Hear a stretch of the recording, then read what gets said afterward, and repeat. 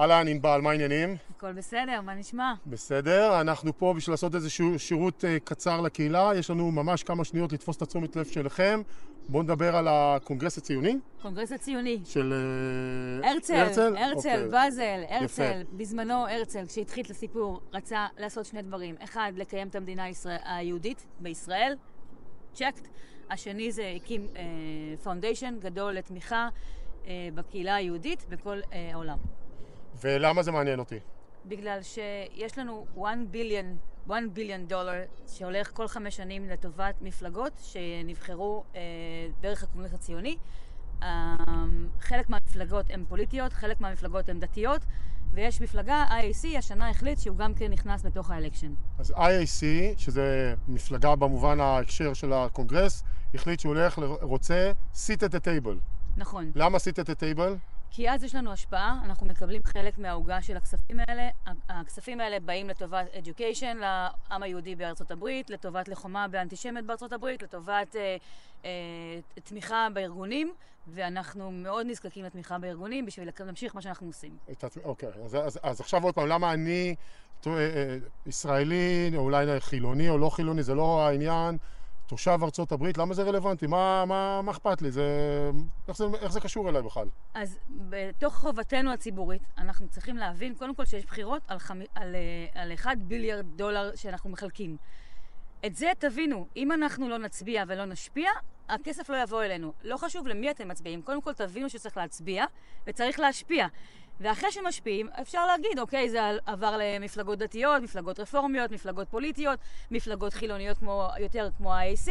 אתם תבחרו למי, אבל לא להשפיע זה פשוט טעות.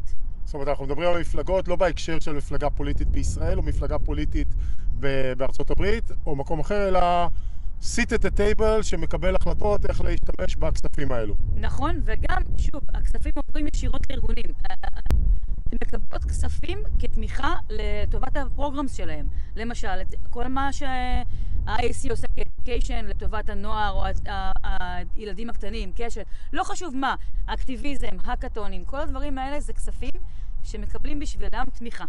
זאת אומרת, אם אני בעצם נהנה מה-IAC, ובאופן אישי אני נהנה לא מעט מה-IAC, מהפעילות פה של ה-IAC, זה אומר שיש לי אינטרס של להצביע ל-IAC, אם זה IAC ואני רוצה לתמוך בו, או כל גוף אחר זה בסדר, כדי שיהיה להם איזשהו יכולת לקבל החלטות לגבי לאן התקציבים האלו הולכים, ובשאיפה שחלק מהם יחזרו אלינו, כדרך הפעילות של IAC, עוד פעם, אם IAC זה הגוף שלו אני רוצה לבחור. חד משמעית, ואני אגיד שוב, קודם כל ה-IAC אנחנו סלאט נאמבר 22, כולם לזכור, מספר 22, זה חשוב מאוד לדעת, יש לכם אפשרות לקרוא על כל המפלגות ולהתייחס ולבחור מה שאתם רוצים.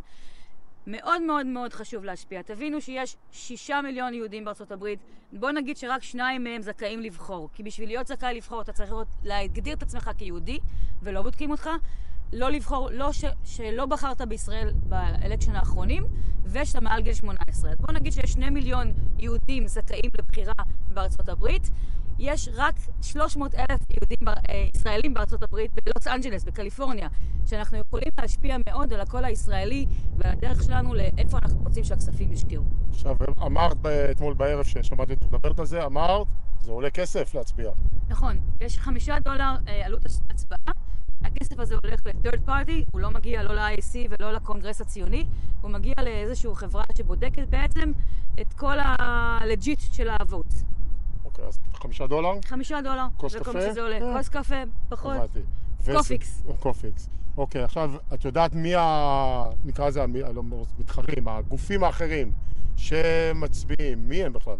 אני יודעת להגיד שזה... המפלגות הדתיות הן מאוד מאוד חזקות והן כבר צוברות הרבה שנים של מצביעים להם. הקהילה הישראלית כמעט לא יודעת על זה ולא לקחה חלק על זה בכלל. אז הגיע הזמן שהקהילה הישראלית תבין שיש דבר כזה, יש כספים וכדאי שגם אנחנו נקבל חלק מההוגה. ועוד דבר אחד חשוב, זה קורה פעם 5 שנים. 5 שנים. פעם זאת אומרת, אם לא עכשיו, סיבוב הבא עוד 5 שנים. $5 ל5 שנים. והכי חשוב, מתי? מתי וכמה זמן יש לנו? אוקיי, אז ההצבעות מתחילות ביום שני הקרוב. אני ממש מקווה שכולנו נבין את המשמעות של זה, וכבר בשני נצביע, ושוב אני אומרת, IAC זה סלאט מספר 22. למה אני אומרת את זה? כי אתם תקבלו ביום שני כל כך הרבה הצפות של הודעות אחרות, אתם תתבלבלו, אתם לא תדעו מי זה מי, IAC 22. ויום שני, 10 למרץ? יום שני 10 למרץ. 2025? נכון. יש לנו כמה ימים לדבר. לא, יש לנו מאי, אבל עדיין צריך להיות מהיר, אוקיי. בגלל קהילה שלנו. לקהילת אורנג' לא, קאונטי. ממש, תבינו במה מדובר, מה הקונגרס של הרצל חזר אלינו בחיים. אם אנחנו נקבל כספים מה-IAC nationally, ה-IAC אורנג' קאונטי מקבלת חלק מהעוגה. אנחנו, כמו שאתם יודעים, מפעל הפיס, כל מה שאנחנו מקבלים אנחנו מחזירים לקהילה. נהדר, יופי, המון תודה, ענבל. תודה, תודה. ביי ביי חבר'ה.